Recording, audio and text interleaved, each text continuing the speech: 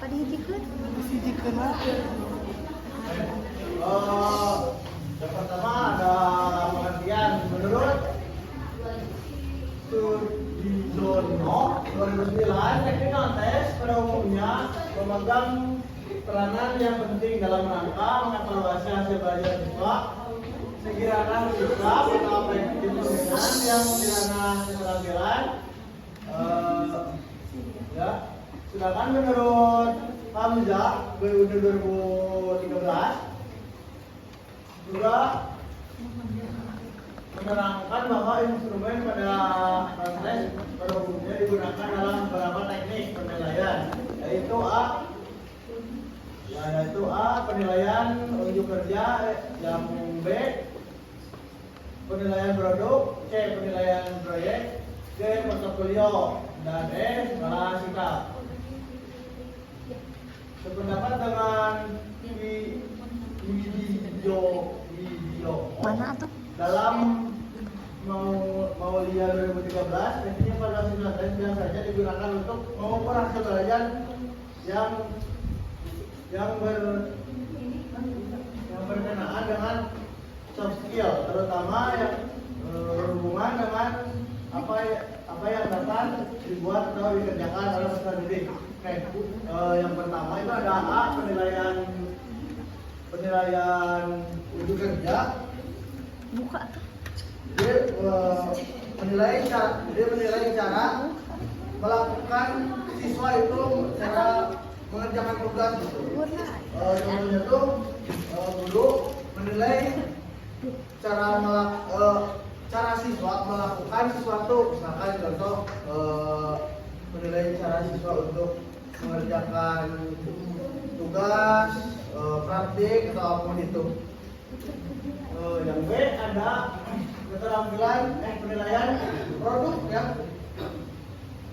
Jadi karena yang awalnya itu mengerjakan sesuatu yang ada penampilan produk itu menilai hasil dari produk siswa, atau misalkan siswa membuat salah satu benda atau salah satu barang, atau bisa jadi siswa itu yang mengerjakan sesuatu, jadi siswa itu membuat produk.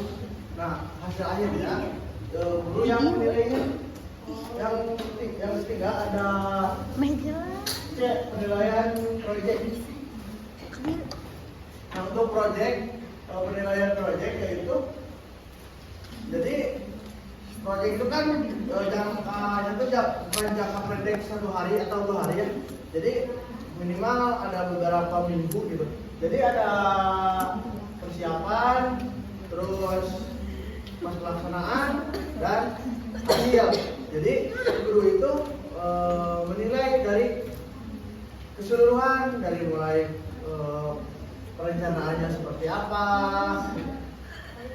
terus pas pengerjaannya seperti apa. Jadi berlanjut gitu ya. Ada yang ketiga, yang keempat itu portofolio mengumpulkan hasil karya. Jadi kalau portofolio yang dikumpulkan dalam periode tertentu yang melihat perkembangan kemampuan peserta didik. Contohnya itu mengumpulkan tugas menulis, gambar, atau foto kegiatan dan laporan. Nah, untuk yang skala sikap itu lebih ke sikapnya. Guru itu menilai sikap siswa gitu. Apakah siswa itu terhadap gurunya sopan atau kurang ajar, lebih ke sikap kita atau sikap pembelajaran. Bisa jadi pas yang tadi yang proyek, bisa yang penting menilai sikap dari siswa-siswanya seperti itu. Terima kasih atas telah menyampaikan pengertian dari jenis penilaian non-tes. Selanjutnya jenis penilaian non-tes. Yang pertama, daftar checklist.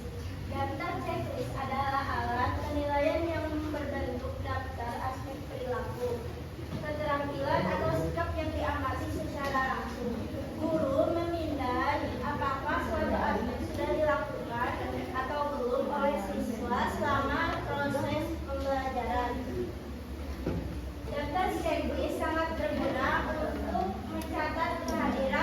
pelatihan, partisipasi, dan perilaku tertentu secara sederhana dan sistematis.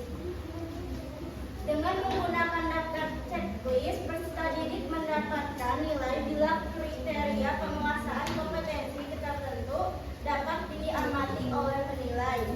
Jika tidak dapat diamati, peserta didik tidak memperoleh nilai. Kelemahan cara ini adalah penilai hanya mempunyai dua pilihan mutlak. Contohnya benar atau salah, dapat diamati atau tidak dapat diamati, baik atau tidak baik. Dengan demikian, tidak terdapat nilai tengah. Namun, daftar checklist lebih praktis digunakan mengamati subjek dalam jumlah besar. Baik, terima kasih. Selanjutnya, penyampaian materi akan disampaikan oleh Putri.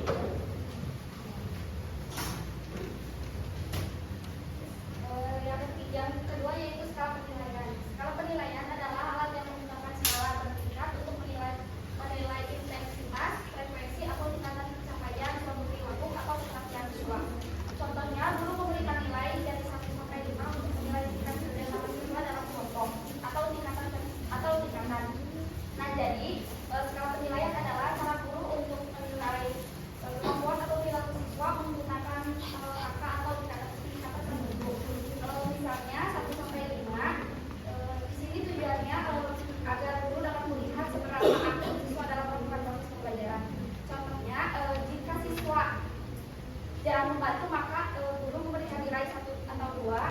Jika siswa kadang-kadang membantu, kita sebagai guru bisa memberikan nilai 3, dan jika siswa aktif, maka kita bisa memberi nilai sampai 5.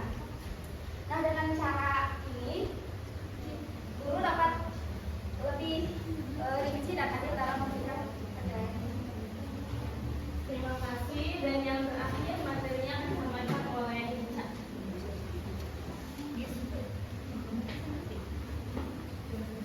Jadi materi selanjutnya yaitu penilaian sikap. Penilaian sikap dilakukan untuk menilai aspek sikap pada siswa. Nilai dari siswa melalui observasi, wawancara, penilaian diri, penilaian pertemanan. Guru dapat memahami perkembangan moral dan sosial siswa secara menyeluruh. Dengan penilaian ini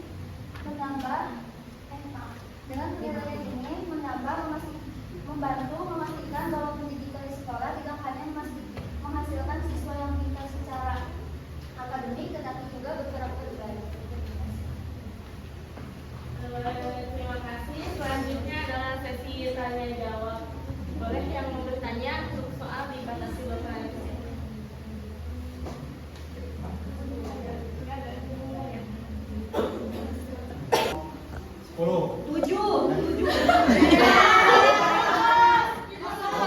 Siap.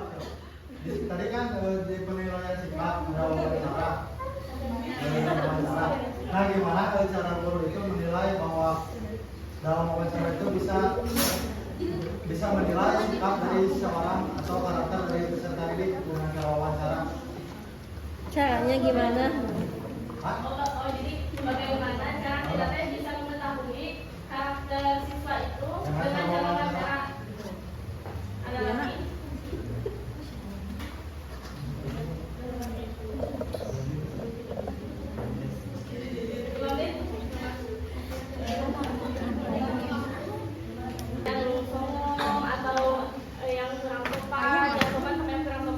Kelihatan dari nada bicaranya, dari gerak-geriknya,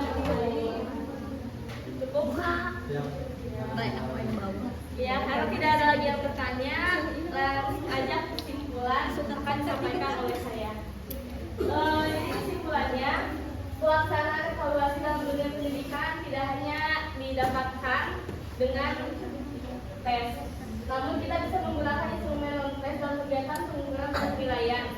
Contohnya kayak tadi observasi, wawancara, dan sebagainya. Teknik-teknik non-tes juga menempati kedudukan yang penting dalam rangka evaluasi hasil belajar. Lebih-lebih evaluasi berhubungan dengan kondisi kejiwaan peserta didik seperti persepsinya terhadap mata pelajaran tertentu, persepsi terhadap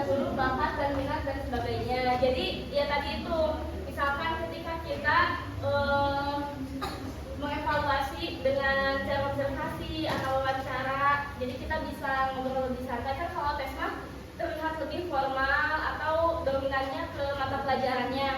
Nah kalau misalkan dengan cara yang lain mungkin observasi atau wawancara itu kita bisa bertanya hal-hal mendalam. Kayak tadi persepsi siswa terhadap mata pelajaran tertentu, misalnya ada siswa yang suka matematika, kita bisa melalui pendekatan gitu ya, pendekatan. Jadi kitanya dengan baik. Baik, cukup sekian mungkin yang dapat kelompok kami sampaikan. Terima kasih atas